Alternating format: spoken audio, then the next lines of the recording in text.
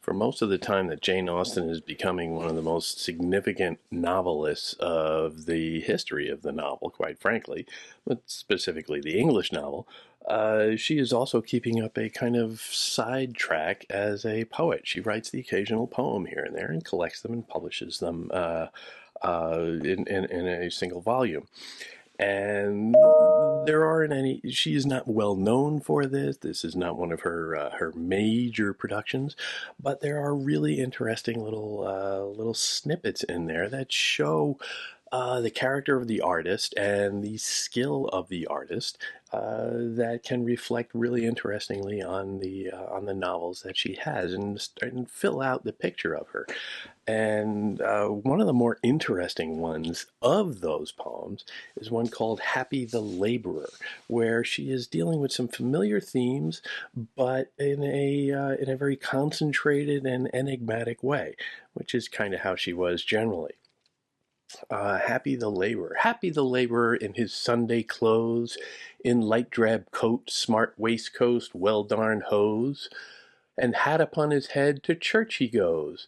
And as oft with conscious pride he downward throws a glance upon the ample cabbage rows that, stuck in buttonhole, regales his nose, and envies not the gayest London beaux. In church he takes his seat among the rows, pays to the place the reverence he owes, likes best the prayers whose meaning least he knows, lists to the sermon in a softening doze, and rouses joyous at the welcome close. Now, this is just a really interesting little poem. It's 12 lines, and it is fairly concentrated, and it's very happy, and it presents a picture of what is a laborer, the working class of London at her time. And it is a recognizable portrait, let's say, of somebody who is a part of the community, who is the backbone of the community, perhaps, and just sort of goes through. All right, we're gonna go to church on Sunday, and the poem pays probably more attention to, and the character, probably pays more attention to what he's wearing and how he's presenting himself than he does to anything that's actually being said from the pulpit, which he does not seem to really understand or care to understand. But we are told about the way he dresses, the way he very self-consciously affixes a little flower in his lapel so he can look like a bit of a dandy, speaking to a kind of universal appeal in the working class to dress up a little bit, to appear to be a gentleman, to appear to be perhaps on a higher socioeconomic peg than what you are just based on your bank account, and that I find really interesting, and it gratifies that instinct and suggests perhaps that these Sundays that come along where he can, okay, I work hard and in maybe a kind of a grubby job all week long, but once a week I get to go and, present myself to society as a kind of gentleman, as a kind of decent human being above my station, let's say. And that suggests a kind of contentment with that lot that may or may not be sincere, and the character of the man is not really a revolutionary in any way. He's very content to just have his Sundays and go about his day. And all right, all right. The guy on the pulpit is talking about stuff I don't really need to know anything. I like the prayers whose meaning least I know. There's a sort of ritual quality to this that is comforting to me. And I don't have to work too hard for it, which is a little condescending to the working class from a poet of Austen's position in society, but it is a I would say it is still a humanizing portrait because the humanity, the truth of this character is kind of coming through, even if it is a very thumbnail sketch of of an almost a cliche. There is a kind of recognizable individuality in this.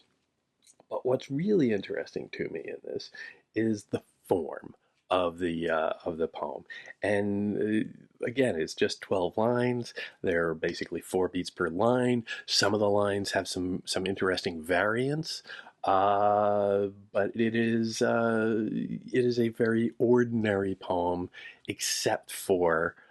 Quite frankly, the one most notable thing about it, which is that every line rhymes. Every end line rhymes. The regularity of that is extraordinary. Now, it's extraordinary from a couple of degrees. For one, I think she is showing a bit of an indebtedness to Pope here with the kind of variance that she puts in the individual lines, where the meter has some variety. It's not always just da da da da da da da da. It's got a little bit of alteration in there. You look at some of the commas and it's breaking a line up here and there. It always ends with that rhyme. It always ends on that beat. But there is a kind of mellifluous quality to it that sounds like regular speech. Again, very much like Pope. There is an effort to not sound too arty there, which is at some tension with the fact that it is rhyming on every line.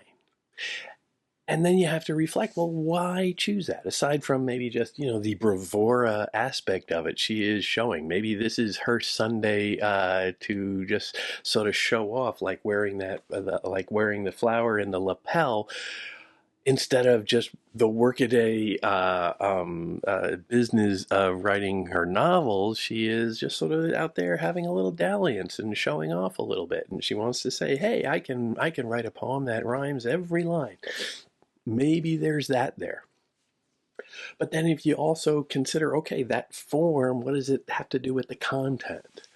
And, well, the form is kind of relentless. The form is always the same in the rhyme, at least. The rhyme is just, no matter what, you get there, and there's that rhyme. And then you go through a little bit of variance, and then there's that rhyme. And that kind of puts a different spin on the content of the Sunday going to church day, where your day is perhaps offering a little bit of that one day is offering a little bit of variety to your week, but it is also still always the same. And everything about your life is very likely always the same. He's not going to crack out of this existence. He's not going to do anything particularly different. He's certainly not going to rise above this station in any substantive way. It's always ending the same. And so the form is a really interesting reflection on the content and starts to reflect on the larger concerns that she has. And sometimes some critics call it like blind spots, her consideration of the lower classes, but they are always in some way present in her works, and their plights, their individuality, their struggles are highlighted to a greater or lesser degree, but they're always in one way or another there. And so we have to think about them. And that's where her art really shines, is the ability to have something more than just the surface, more than just the content. That it's hinting at stuff below the surface of polite society, of people smiling on their way into church and making polite chit chat, and going to all of these tea parties that are just all over her novels. There's always an undercurrent. There's always a reality that she's hinting at. But it's up to the reader to pick up those hints and start to put them together.